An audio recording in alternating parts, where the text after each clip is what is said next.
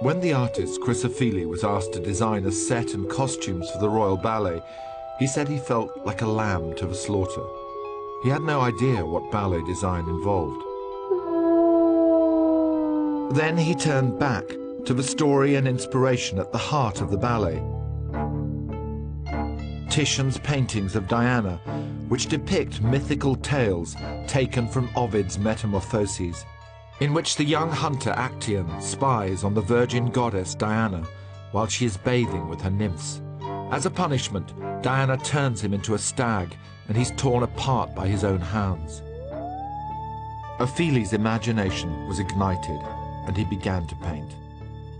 Part of the Cultural Olympiad, this is an incredibly ambitious collaboration.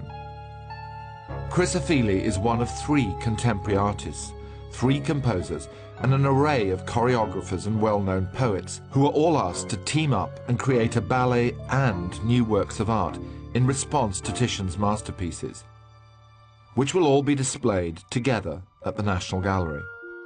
So as well as the set design and the costumes, Chris has also made 10 new paintings for the exhibition. They've just arrived in London from his home in Trinidad. But there's not enough space to hang all of them.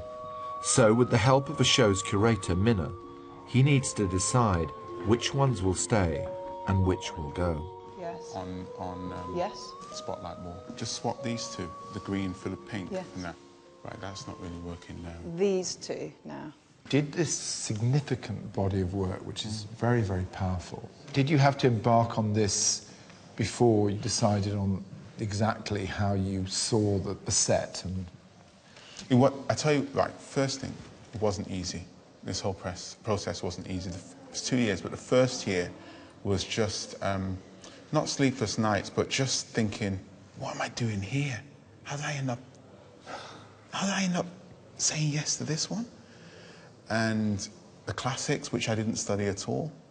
So I had a little bit of help, and a friend in Trinidad who studied classics in Leiden. He was able to just tell me, like, the basics of it, and that actually there's nothing special about it.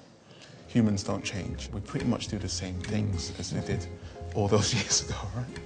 So then I was able to exhale and think, okay, it's all right. I can kind of make some of this stuff up. I was liberated by painting the backdrop at Purfleet, which was the biggest painting I've made. it's quite amazing that you actually did that, because very few artists today would actually paint the backdrop themselves. To paint a line for a minute and walk with it was something I'd never really done before. And it made me think a lot about how simple things can be.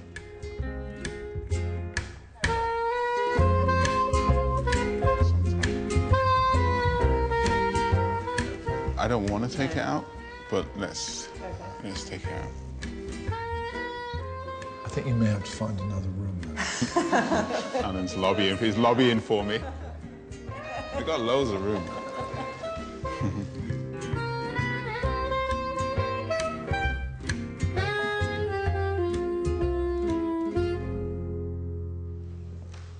I think if I were to continue, I think the whole thing could get a lot darker. There's a very bright, wonderful side when the nymphs are bathing in Gargaffi and Actaeon's happily on his journey. But then it all turns and gets very, very dark. I do wonder at some point why Diana got so angry. Yeah. You know, it's like, aren't you overdoing it a little bit? Yeah. Seems a little heavy-handed. It's as if the whole environment has been infected by this sort of spell of Diana's this moment. Right, isn't it? Yeah. right. There are times when you go walking in the forest in Trinidad and the destination will be a waterfall, and you do feel like the whole thing is just infected with this particular feeling that's very unique and very private. When I started reading about Ovid, I could immediately identify with that feeling of that sacred space where you can be naked or you can be without fear. This sensuality that we're talking about, which is here all around us, sees in the costumes as well. The nymphs wear these all-in-one figure-hugging lycra suits. What I did, I drew on the suits while they were wearing them, and those areas were cut out to reveal parts of their flesh to give the audience that feeling that they're naked, semi-naked, and just to kind of heat the whole thing up a little bit. So mysterious. And Yeah. a hole in the wall. Yeah, so this is pretty much the set. The magic moment will be when the dancers in costume come on the stage.